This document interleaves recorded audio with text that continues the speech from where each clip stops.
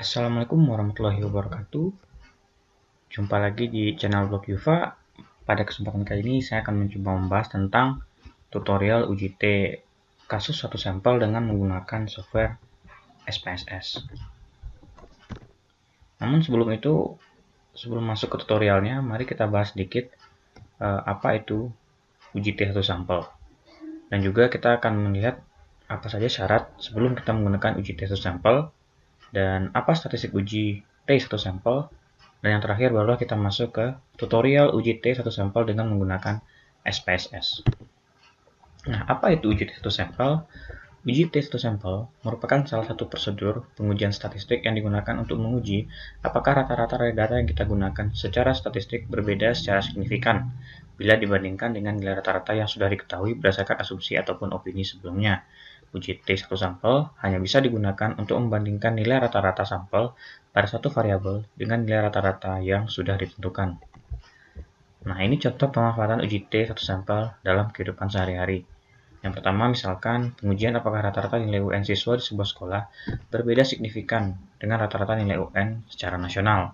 Atau pengujian tinggi tanaman di sebuah kebun yang sudah diberi pupuk berbeda signifikan dengan rata-rata tinggi tanaman pada kebun pada umumnya. Dan masih banyak lagi contoh uji satu sampel sebelumnya, uji sampel pada umumnya. Jadi teman-teman kalau mau menguji rata-rata satu data dengan asumsi atau opini atau hipotesis lain, bisa menggunakan pengujian ini. Nah, syarat penggunaan uji satu sampel, yang pertama, jenis data yang digunakan adalah interval atau rasio. Yang kedua, varians dari sampel dan populasi bersifat homogen. Jadi kalau datanya terlalu heterogen atau terlalu beragam, maka kemungkinan besar akan bias hasil uji T1 sampelnya. Dan data yang digunakan berdistribusi normal atau setidaknya mendekati, karena kita menggunakan distribusi T, biasanya digunakan untuk sampel kecil dan semakin besar sampelnya maka akan mendekati distribusi normal. Tidak terdapat data yang bersifat outlier. Outlier artinya data yang nilainya terlalu ekstrim jauh ya, baik ekstrim terlalu besar atau ekstrim terlalu kecil yang nantinya akan merusak statistik yang dihasilkan oleh data itu sendiri. Nah, ini statistik uji T1 sampel yang bisa teman-teman gunakan. T sama dengan X bar kurang new per SX bar, di mana SX bar sama dengan S per akar N. New sama dengan rata-rata populasi atau hipotesis yang akan diuji, X bar sama dengan rata-rata sampel, N sama dengan jumlah sampel, S sama dengan standar deviasi sampel, dan SX bar sama dengan standar error. Jadi teman-teman sudah bisa menghitung uji satu sampel secara manual dengan formula ini. Nah, kita langsung masuk ke tutorial uji satu sampel dengan SPSS dengan soal sebagai berikut. Anggaplah kita akan melakukan pengujian tinggi badan dari 20 siswa SMA. Berdasarkan literatur terdahulu, idealnya tinggi badan siswa SMA adalah 170. Apakah hal ini terbukti secara statistik? Untuk itu, mari kita lakukan pengujian hipotesis uji T1 sampel.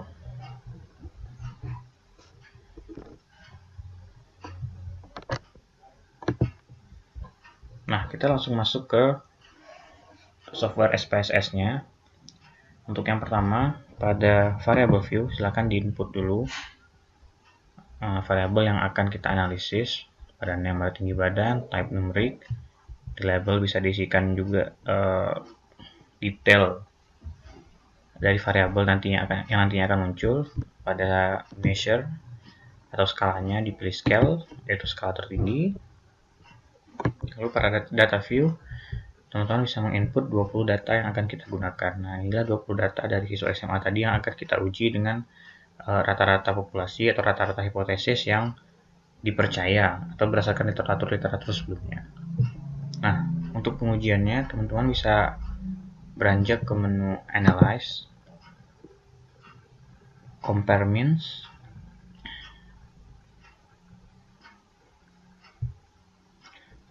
One Sample T-Test. Lalu pindahkan variabel yang akan diuji dengan klik tanda panah ini dan akan berpindah ke tab Test Variable. Lalu pada Options, teman-teman bisa mengatur Confidence Interval Percentage. Ini berhubungan dengan taraf signifikansi yang akan digunakan. Kalau teman-teman memakai 5%, berarti confidence intervalnya 95. Kalau mungkin 10% bisa diganti dengan 90. Kalau saya sendiri biasa menggunakan 5%. Untuk itu saya kembalikan ke 95% pada bagian confidence interval ini. Continue. Lalu pada test value, inilah nilai new pada formula X bar kurang new tadi yang akan kita uji. Karena tadi kita hipotesisnya ada 170, maka masukkan 170 cm. 170 ya. Sudah selesai, kita klik OK. Nah, inilah output dari one sample t-test dengan menggunakan software SPSS. Ada dua tabel utama yang merupakan output dari pengujian ini. Yang pertama one sample statistics, yang kedua one sample test. Pada tabel one sample statistic terdapat N yang merupakan jumlah dari sampelnya yaitu 20, lalu min yang merupakan rata-rata dari sampel yaitu 171, lalu standar deviasi nilai 2,80976 dan juga ada standar error. Sedangkan pada tabel one sample test terlihat bahwa nilai T hitungnya adalah 1,592. Kalau teman-teman membandingkannya dengan T tabel, teman-teman bisa langsung menemukan nilai T tabelnya dan membandingkan untuk mendapatkan kesimpulan. Namun karena kita menggunakan software SPSS, saya lebih cenderung menggunakan nilai p-value, karena dengan p-value kita langsung bandingkan dengan alpha dan kita langsung bisa mengambil kesimpulan. DF artinya derajat kebebasan yang nilainya n-1 untuk distribusi T nilainya 19, lalu seek to tail yang merupakan nilai p-value. Kalau nilai p-value ini lebih kecil daripada alpha, maka kita berhasil menolak H0.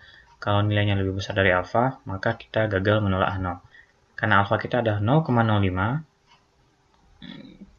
sedangkan nilai p-value-nya adalah 0,128, maka p-value lebih besar dari alpha. Artinya kita gagal menolak H0. Mean difference artinya perbedaan rata-rata dari sampel dan hipotesis, rata-rata hipotesis yang kita uji, dan ini adalah confidence interval dari rata-rata perbedaan rata-rata tersebut. Jadi perbedaan tinggi rata-ratanya antara minus 0,3 hingga 2,3 cm. Jadi bisa disimpulkan bahwa tidak terdapat perbedaan tinggi badan yang signifikan antara siswa SMA tersebut yang kita uji dengan rata-rata atau literatur-literatur yang sudah dipercaya sebelumnya. Jadi sebenarnya tidak ada perbedaan tinggi badan yang signifikan dari SMA tersebut dengan nilai hipotesis. Mungkin sekian penjelasan dari saya terkait uji satu sampel SPSS. Mohon maaf bila masih banyak kurangnya. Semoga bermanfaat. Bila ada pertanyaan, silahkan tulis di kolom komentar atau mampir ke blog saya www.yuvalianda.com dan teman-teman bisa berdiskusi dengan saya. Sekian, terima kasih. Wassalamualaikum warahmatullahi wabarakatuh.